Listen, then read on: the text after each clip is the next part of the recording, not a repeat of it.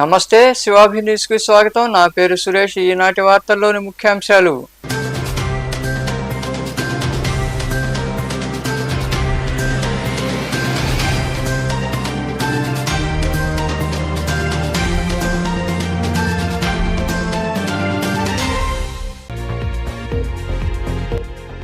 లోక్ అదాలత్లో కేసులు పరిష్కరించుకోవాలి. రెండో పట్టణ పరిధిలో ఏర్పాటైన కోర్టు భవన సముదాయంలో జరిగిన మెగా లోక్ అదాలత్లో పాల్గొని కక్షిదారులకు సూచించిన న్యాయమూర్తులు సులోచన రాణి, లోకనాథం.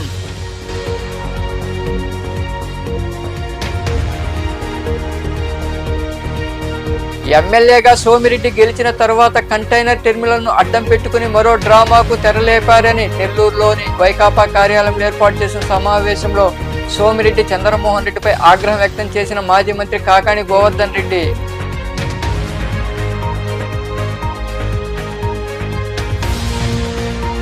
పేద విద్యార్థులకు చేయూత అందించడం అభినందనీయం. చిల్లకూరు మండలంలోని పాలిచెర్లవారిపాలెం జడ్పీ ఉన్నత పాఠశాలకు మైక్ సెట్ అందించిన తర్వాత రాజినేని రామానాయుడు చారిటబుల్ ట్రస్ట్ సేవలు కొనియాడిన డిఈఓ శేఖర్.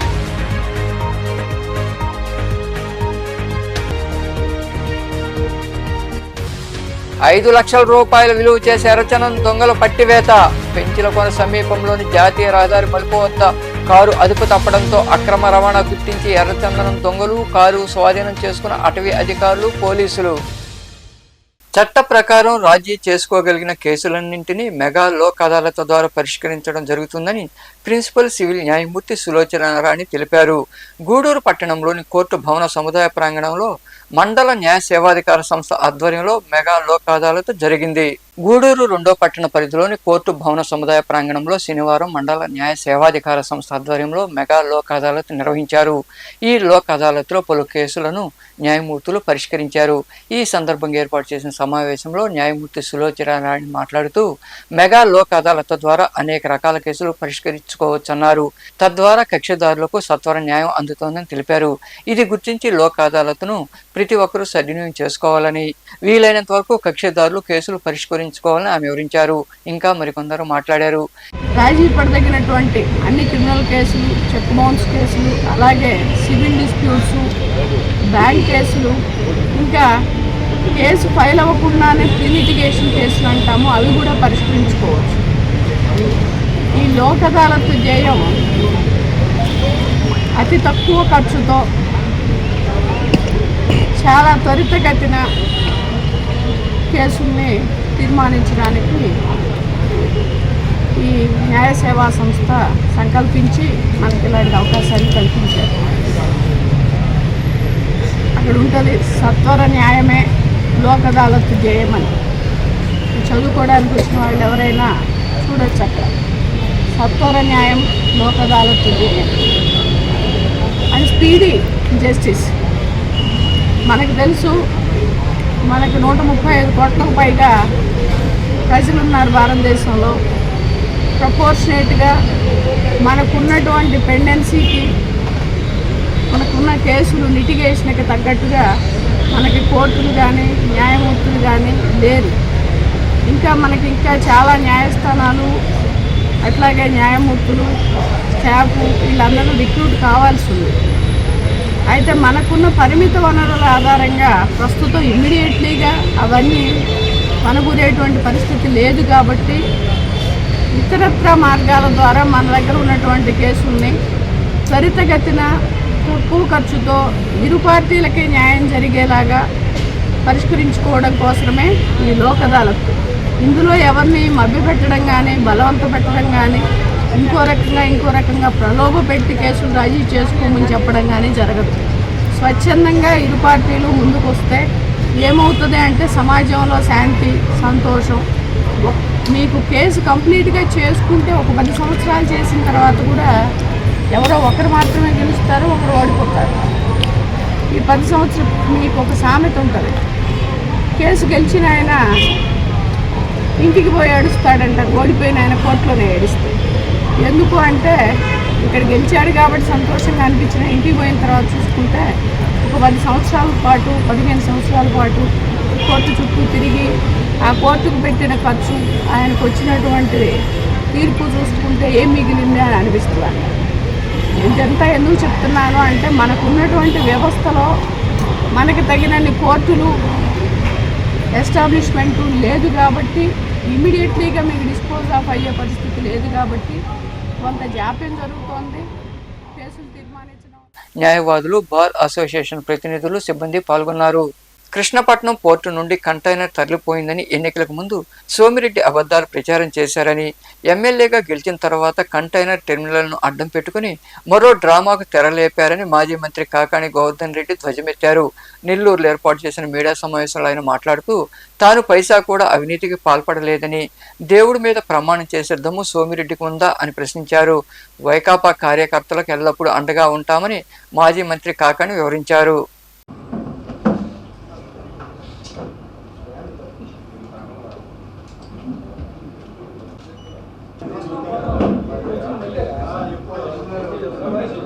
తెలుగుదేశం ప్రభుత్వం అధికారంలోకి వచ్చిన తర్వాత నిన్ననే చూసాం. సోమిరెడ్డి 20 సంవత్సరాల తర్వాత శాసనసభ్యుడి హోదాలో కృష్ణపట్నం పోర్టుకు వెళ్లి కంటైనర్ టెర్మినల్ గురించి కొన్ని వ్యాఖ్యలు చేయడం జరిగింది. ఆయన ప్రతిపక్షంలో ఉన్నప్పుడే ఇక్కడ నుంచి కంటైనర్ టెర్మినల్ తరలిపోయిందని, దానికి నేను కారణమని రకరకాలైనటువంటి మాటలన్నీ కూడా ఆయన మాట్లాడడం జరిగింది. నిన్న వెళ్లి ఓ మాట చెప్పాడు, గోవర్ధన్ రెడ్డికి సరిగ్గా కళ్ళు కనపడుతున్నాయో లేదో కళ్ళలో ఏదన్నా చుక్కలు వేసుకుని చూడాలి అని చెప్పి. నేను కళ్ళల్లో చుక్కలు వేసుకుని చూడబడలే. దానితో పాటు ఈరోజు విచిత్రకరమైనటువంటి పరిస్థితి ఏంటంటే కంటైనర్ టెర్మినల్ ఉంది అని పోర్టు యాజమాన్యం చెప్తుంది, వెజల్స్ వస్తున్నాయి అని పోర్టు యాజమాన్యం చెప్తుంది.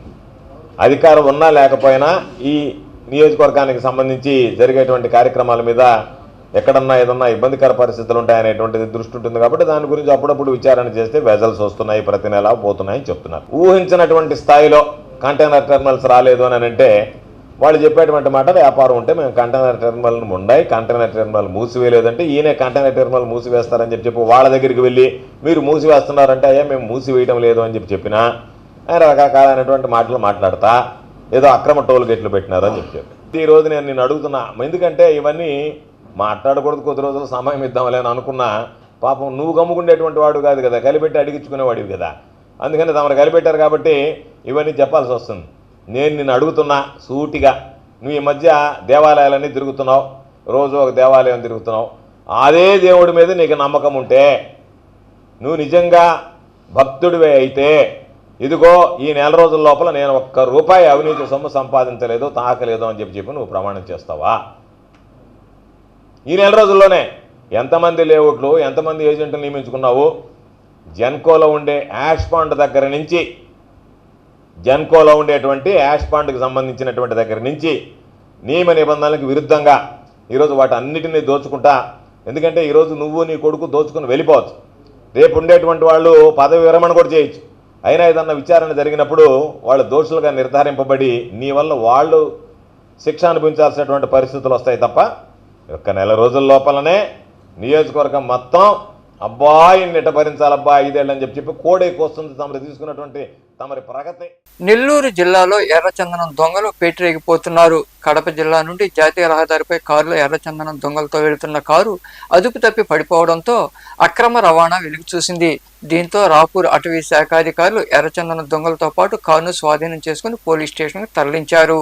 కడప జిల్లా నుండి జాతీయ రహదారిపై కారులో 12 ఎర్రచందనం దొంగలను అక్రమార్కులు తరలిస్తున్నారు. ఈ క్రమంలో భాగంగా పెంచిలకోన సమీపంలోని జాతీయ రహదారి మలుపు వద్ద కారు అదుపు తప్పడంతో ముళ్లపదల్లోకి దూసుకెళ్లింది. ఈ సంఘటనతో అక్రమార్కులు కారుతో పాటు ఎర్రచందనం దొంగలు వదిలి వెళ్లారు. ఈ విషయం తెలుసుకున్న రాపూర్ అటవీ శాఖ అధికారులు, పోలీసులు సంఘటనా స్థలికి చేరుకుని కారును, ఎర్ర దొంగలను స్వాధీనం చేసుకున్నారు. పట్టుబడిన ఎర్రచందనం దొంగల విలువ సుమారు 5 లక్షల రూపాయలు ఉంటుందని అటవీ శాఖ అధికారులు పేర్కొన్నారు. ఎర్ర స్మగ్లర్ల కోసం అటవీ శాఖ అధికారులు గాలింపు చర్యలు ముమ్మరం చేశారు. పేద విద్యార్థుల అభ్యున్నతికి నిరంతరం రాజినేని రామానాయుడు చారిటబుల్ ట్రస్ట్ అందజేస్తున్న చేయూత అభినందనీయమని జిల్లా విద్యాశాఖ అధికారి శేఖర్ కొనియాడారు. చిలకూరు మండలంలోని పాలిచెల్లవారిపాలెం గ్రామంలో ఏర్పాటైన జడ్పీ ఉన్నత పాఠశాలలో జరిగిన సేవా కార్యక్రమంలో ఆయన పాల్గొన్నారు. చిలకూరు మండలంలోని పాలిచెల్లవారిపాలెం గ్రామంలో ఏర్పాటైన జడ్పీ ఉన్నత పాఠశాలకు రాజినేని రామానాయుడు చారిటబుల్ ట్రస్ట్ ఆధ్వర్యంలో 20,000 రూపాయలు విలువ చేసే మైక్ సెట్ను ట్రస్ట్ వ్యవస్థాపకులు రాజినేని శ్రీనివాసులు నాయుడు చేతుల మీదుగా డిఈఓ శేఖర్ ఉపాధ్యాయులకు అందజేశారు.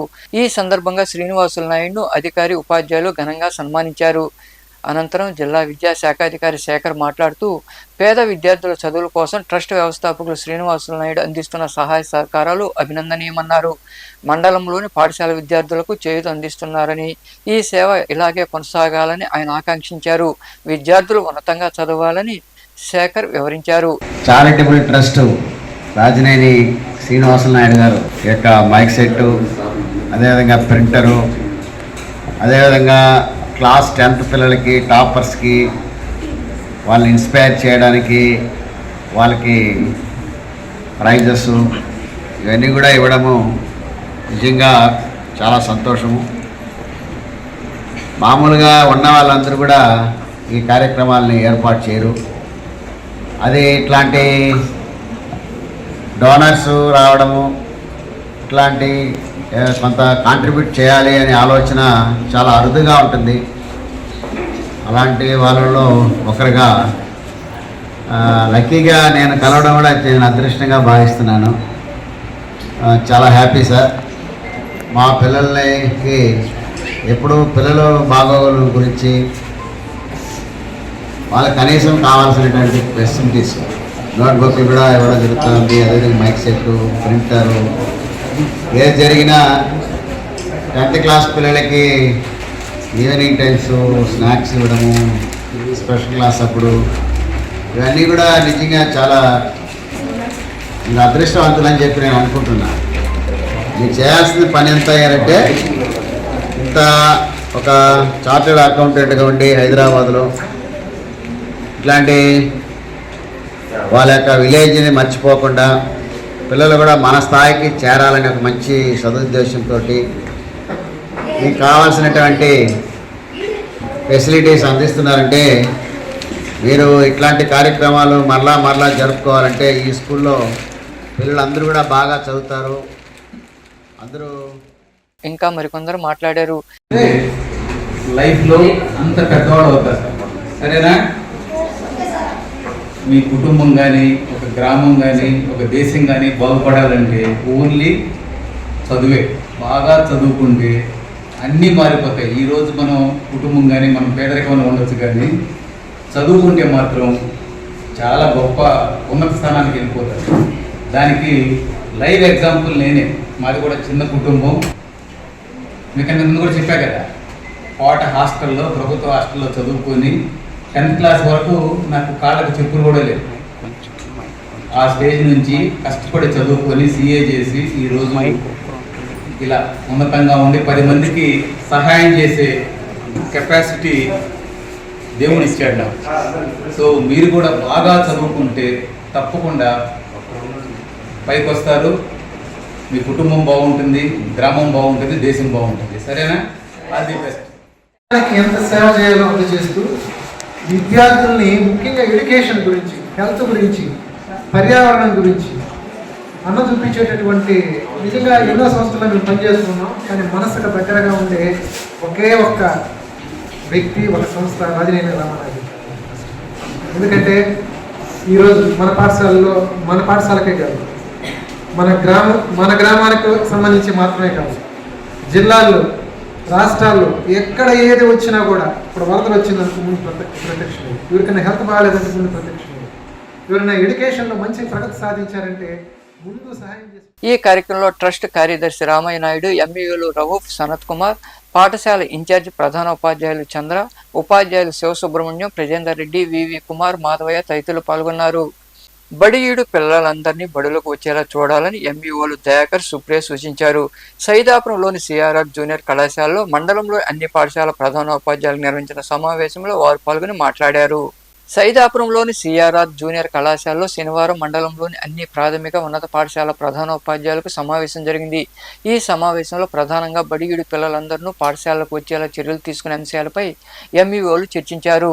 ఈ సందర్భంగా ఎంఈఓలు దయాకర్, సుప్రియ మాట్లాడుతూ జూలై 1వ తేదీ నుండి 25 వరకు బడికి పోదాం కార్యక్రమం జరుగుతుందన్నారు. ఈ కార్యక్రమంలో ప్రధానోపాధ్యాయులందరూ ఆయా గ్రామాల్లో బడి మానేసిన బడియుడి పిల్లలను గుర్తించి వారందరికీ పాఠశాలలో చేర్పించేలా చూడాలన్నారు. పిల్లల తల్లిదండ్రులకు చదువు ప్రాధాన్యత వివరిస్తూ పాఠశాలలో చేర్పించేందుకు అందరూ ప్రధానోపాధ్యాయులు చొరవ తీసుకోవాలని వారు వివరించారు. ఏదైనప్పటికీ కూడా పిల్లలు ఎక్కడైనా సరే బయట ఉన్నట్లయితే వాళ్ళందరినీ తీసుకొచ్చి బడిలో చేర్చండి. పోయినసారి కూడా ఇట్లా పెట్టి జిఆర్ సర్వే అని చెప్పి పెట్టారు. మనకు అది ఇంచుమించుగా నవంబర్ దాకా డిసెంబర్ దాకా కంటిన్యూ అయింది. అవుట్ ఆఫ్ స్కూల్ చిల్డ్రన్ ఎక్కడా ఉండకూడదు, స్కూల్లో లేకుండా పిల్లలు ఎక్కడా ఉండకూడదు అనేటువంటి మెయిన్ ఉద్దేశంతో. బట్ అప్పుడు ఏం చేశారంటే 20 years వరకు ఇచ్చారు పిల్లలు, 17 years వరకు ఇచ్చారు. ఇప్పుడు అట్లా కాదు, మన పాత పద్ధతి ప్రకారంగా 6 ఏళ్ల నుంచి 14 ఏళ్ల లోపల పిల్లలు స్కూల్ బయట చదవకుండా ఎక్కడ బయట తిరగకుండా అందరూ కూడా ఖచ్చితంగా బడిలో ఎన్రోల్ అవ్వాలి అనేటువంటి ఉద్దేశంతో ప్రభుత్వం ఈ కార్యక్రమాన్ని ప్రారంభించింది. దీన్ని మనం అందరం కలిసి కూడా వెళ్ళుకొని పిల్లలు ఎక్కడున్నా కూడా వాళ్ళందరినీ కూడా బడిలో చేర్చాలనేది మెయిన్ ఇంటెన్షన్. మనం నేను బడికి పోతా అనే కార్యక్రమాన్ని ఆల్రెడీ చేపట్టున్నాము. ఆ కార్యక్రమంలో కూడా మనము అవుట్ ఆఫ్ స్కూల్ చిల్డ్రన్ ఎక్కడ ఉన్నారు వాళ్ళందరినీ కూడా ఎన్రోల్ చేయడం మన యొక్క ముఖ్య ఉద్దేశము. కాబట్టి మీరందరూ కూడా కొంచెం ఈ మంత్ జూలై ఎండింగ్ లోపల ఎట్లయినా కానీ పిల్లలు ఎవరు బయట లేకుండా వీలైనంత వరకు స్కూల్లో అందరినీ ఎన్రోల్ చేసుకోండి. ఎందుకంటే ఈరోజు మనం ఉన్నామన్నా మన టీచర్ పోస్టులు ఉన్నాయన్నా కూడా దానికి మెయిన్ కారణం పిల్లలే. పిల్లలు లేకపోతే మనం తీసుకొని ఎక్కడ వేస్తారో మనకే తెలియదు. ప్రవేశ కార్యక్రమం సైదాపురం మండలంలో 1వ తేదీ నుంచి 25వ తేదీ వరకు జరుగుతుంది. ఈ కార్యక్రమం ముఖ్య ఉద్దేశం పిల్లలందరినీ బయట ఉన్న పిల్లలందరినీ పాఠశాలల్లో చేర్చడం. ప్రతి గ్రామంలో వాళ్ళ పరిధిలో ఉండే పిల్లలందరినీ, బడికి రాని పిల్లలందరినీ ఈ 25 రోజుల్లో గుర్తించి వాళ్ళందరినీ పాఠశాలల్లో చేర్పించే కార్యక్రమమే ఈ విద్యా ప్రవేశం. దీంట్లో తల్లిదండ్రులందరూ కూడా సహకరించి అందరూ కూడా బయట ఉండే పిల్లలు, పనికి వెళ్ళే వాళ్ళు, వాళ్ళందరినీ కూడా పాఠశాలలో. ఈ సమావేశంలో సైదాపురం మర్లపూడి ప్రధానోపాధ్యాయులు వాసుదేవరావు, శ్రీనివాసరావుతో పాటు మిగతా పాఠశాల ప్రధానోపాధ్యాయులు పాల్గొన్నారు. కులమతాలకు అతీతంగా విద్యాబుద్ధులు నేర్పించి సమాజ అభివృద్ధికి కృషి చేసేది ఉపాధ్యాయులేనని సూళ్లూరుపేట నియోజకవర్గ టీడీపీ ఇన్ఛార్జి నిలవల సుబ్రహ్మణ్యం అన్నారు.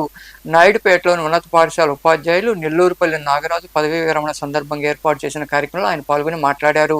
అనంతరం ఆయన్ను అందరూ కలిసి ఘనంగా సన్మానించారు.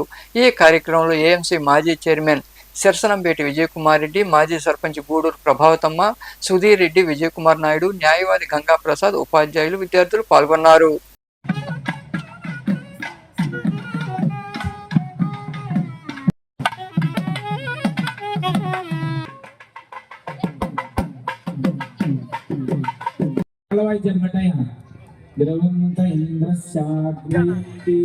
చేస్తున్నారు.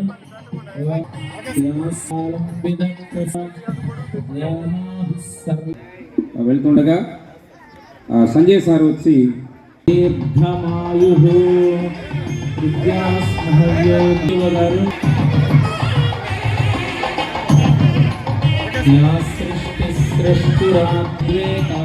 నేను పార్లమెంట్ సభ్యుడిగా ఉన్నప్పటి నుంచి ఆయనతో నాకు సన్నిహిత సంబంధాలు ఉన్నాయి. ఆయన జాతీయ అవార్డు తీసుకునే దాంట్లో పార్లమెంట్ సభ్యుడిగా నన్ను రికమెండ్ చేయమంటే సంకోచించుకుంటూ ఆ రోజు ఆయన్ని జాతీయ అవార్డుకి రికమెండ్ చేయడం కూడా జరిగింది. అదే విధంగా నేను శాసనసభ్యుడిగా ఉన్నప్పుడు ఆయనకు అవార్డు ప్రదానం చేస్తే మరి జనరల్ స్కూల్లో ఆ రోజు సన్మానం చేయడం కూడా జరిగింది. విజయభాస్కర్ రెడ్డి గారు మేము అందరం కూడా చేశాం. నాకు తెలిసినంత వరకు ఉపాధ్యాయ వృత్తి ఎంతో పవిత్రమైనది. ఆ పవిత్రమైన వృత్తికి వన్నె తెచ్చిన వ్యక్తి నా మిత్రులు నాగరాజు గారు అని చెప్పని కూడా నేను మనం చేస్తాను. అవినీతి రహితమైన వ్యవస్థ విద్యా వ్యవస్థ, ఉపాధ్యాయ వ్యవస్థ. అదే విధంగా బంధు ప్రీతికి కానీ లేదా ఇంకొక దానికి కానీ అవకాశం లేకుండా తోసిన విద్యని, తను నేర్చుకున్న విద్యని కుల మతాలకు అతీతంగా సమానంగా పంచే వృత్తి ఉపాధ్యాయ వృత్తి అని చెప్పని కూడా నేను మనం చేస్తా ఉన్నాం. దాంట్లో కులం లేదు, మతం లేదు, అన్ని కులాల్లో ఉంటాం. ఉపాధ్యాయుడు ఒకటే చెప్తా ఉంటాడు, అది అందరికీ వర్తిస్తుంది. మరి ఇలాంటి పవిత్రమైన వృత్తిలో పనిచేయడం నిజంగా ఉపాధ్యాయులకు అందరూ కూడా వాళ్ళ అదృష్టం అని చెప్పని కూడా నేను భావిస్తూ, అయ్యా మీ ఇంటి పేరు నెల్లూరుపల్లి, నువ్వేమో సుగంధాల సిరిమల్లి. నీపై ఇప్పుడు అభినందన కవితలు అల్లి దీపిస్తున్నాం అక్షరాల పూలు చల్లి. కృషి పట్టుదల నీకు 2 నేత్రాలు, కృషి పట్టుదల నీకు 2 నేత్రాలు, మంచితనం, మానవత్వం నీ గోత్రాలు, నిబద్ధత, నిజాయితీ నీకు తెలిసిన సూత్రాలు. ఇవే కదా నీకు నీ అభివృద్ధికి హామీ పత్రాలు. నీ ప్రయోగాలు పరిశోధనలకు లేవు ఎల్లలు. నీ ప్రయోగాలు పరిశోధనలకు లేవు ఎల్లలు. నీకు వచ్చిన పురస్కారాలు అబ్బో కో కొల్లలు. రాష్ట్రంలో రైతు ప్రభుత్వం ఉందని మహిళా శిశు సంక్షేమం గిరిజన సంక్షేమ శాఖ మంత్రి గుమ్మడి సంధ్యారాణి తెలిపారు. సర్దార్ గౌతుల చన్న తోటపల్లి బ్యారేజీ ప్రాజెక్టు నీటిని ఖరీఫ్ పంటకు ఆమె వదిలారు. అనంతరం మంత్రి సంధ్యారాణి మాట్లాడుతూ రైతులకు ఎలాంటి ఇబ్బందులు లేకుండా శివారు భూములకు కూడా నీరు అందించేందుకు చర్యలు చేపట్టడం జరుగుతోందన్నారు. సీఎం చంద్రబాబు అపర భగీరథుడని ఆమె కొనియాడారు. ఈ కార్యక్రమంలో కురుపాం ఎమ్మెల్యేలు జగదీశ్వరి, నిమ్మన జయకృష్ణ తదితరులు పాల్గొన్నారు. తోటపల్లి మాకందరికీ చాలా సంతోషంగా ఉంది. ముఖ్యంగా దాదాపు 80,000 ఎకరాలకి ఈరోజు నీళ్ళు ఇవ్వడం జరుగుతుంది. 7 నియోజకవర్గాలు ఇవ్వడంతో సస్యశ్యామలంగా పంటలు పండించుకునే అవకాశం ఉంది. ముఖ్యంగా ఆ రోజు చంద్రబాబు నాయుడు గారు ఈ ఏరియాలో ఉన్నటువంటి రైతులందరికీ నీళ్ళు ఇవ్వాలి అంటే మీకు అందరికీ గుర్తుండే ఉంటుంది, బస్సులో 2 రోజులు ఇక్కడే ఉండి పూర్తి పనులు చూసి ఇంజనీర్లతో ప్రత్యేకంగా మాట్లాడి నిధులు కేటాయించి ఆ రోజు ప్రారంభోత్సవానికి కూడా ఆయనే వచ్చి చేయడం జరిగింది. అంటే ఆయన ఇప్పుడు కూడా అపర భగీరథుడు ఆయన. ఎందుకంటే చంద్రబాబు నాయుడు గారు ముఖ్యమంత్రిగా ఉండేటప్పుడు రాష్ట్రంలో రైతన్నలకి నీటి కొరత కానీ, వ్యవసాయానికి విత్తనాలు, ఎరువులు కానీ కొరత ఎక్కడా లేకుండా ఉండేది. ఈరోజు గత 5 సంవత్సరాలు చూసుకున్నట్టయితే క్యూ లైన్లో రైతులు పడే బాధలు, విత్తనాలు, ఎరువులు లేకుండా క్యూ లైన్లో నిలబడి కళ్ళు తిరిగి పడిపోయే పరిస్థితులు. అలాగే వాళ్ళు గత 5 సంవత్సరాల్లో కనీసం ఏ కాలువ కూడా క్లీన్ చేయలేదు. సిల్ట్ క్లియరెన్స్ కానీ, జంగిల్ క్లియరెన్స్ కానీ చేయక, థైలాండ్ దాకా నీళ్లు వెళ్ళక చాలామంది రైతులు ఇబ్బంది పడే పరిస్థితి ఆ రోజుల్లో ఉంది. ఈరోజు మళ్ళీ అధికారులకు ఆదేశాలు ఇవ్వడం జరిగింది. అందరూ కూడా సిల్ట్ క్లియరెన్స్ చేసి, అలాగే అంత జంగిల్ క్లియరెన్స్ చేసి పూర్తి స్థాయిలో నీళ్ళు ఇవ్వాలని. ఇక కాస్త పనులు ఉన్నాయి కాబట్టి ఆ పనులు కూడా పూర్తి చేస్తే 130,000 ఎకరాలకి తోటపల్లి నీళ్ళు ఇవ్వగలుగుతుంది. అంటే ఎన్ని కుటుంబాలు బ్రతుకుతున్నాయో ఒకసారి ఆలోచించాడు. చంద్రబాబు నాయుడు గారు ముందు చూపి, చంద్రబాబు నాయుడు సాగునీటికి కొరత ఉండదు. గూడూరు పట్టణంలో శనివారం నాటి బంగారం ధరలను the Gudur pawn brokers association jewellers committee ప్రతినిధులు వెల్లడించారు. 8 గ్రాముల బంగారం ధర 54,680 రూపాయలు కాగా గ్రాము ధర 6,835 రూపాయలు పలికింది. ఇక వెండి గ్రాము ధర 92 రూపాయలుగా ఉందని అసోసియేషన్ ప్రతినిధులు వెల్లడించారు. వార్తలు ముగించే ముందు ముఖ్యాంశాలు మరోసారి.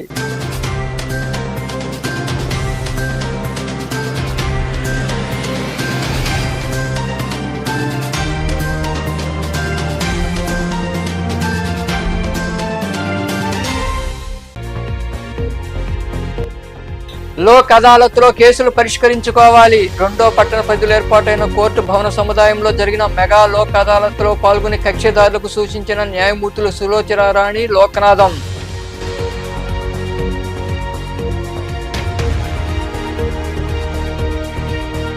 ఎమ్మెల్యేగా సోమిరెడ్డి గెలిచిన తర్వాత కంటైనర్ టెర్మినల్ను అడ్డం పెట్టుకుని మరో డ్రామాకు తెరలేపారని నెల్లూరులోని వైకాపా కార్యాలయంలో ఏర్పాటు చేసిన సమావేశంలో సోమిరెడ్డి చంద్రమోహన్ రెడ్డిపై ఆగ్రహం వ్యక్తం చేసిన మాజీ మంత్రి కాకాణి గోవర్ధన్ రెడ్డి.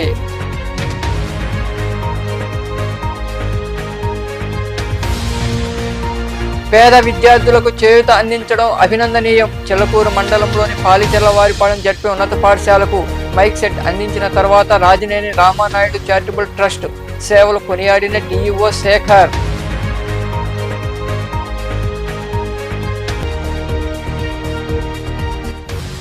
5 లక్షల రూపాయల విలువ చేసే ఎర్రచందనం దొంగల పట్టివేత. పెంచిలకొన సమీపంలోని జాతీయ రహదారి మలుపు వద్ద కారు అదుపు తప్పడంతో అక్రమ రవాణా గుర్తించి ఎర్రచందనం దొంగలు కారు స్వాధీనం చేసుకున్న అటవీ అధికారులు, పోలీసులు. ఈ వార్తలు ఇంతటితో సమాప్తం. తిరిగి ప్రసారమయ్యే శివాభినిసులో మళ్ళీ కలుద్దాం. అంతవరకు సెలవు. నమస్తే.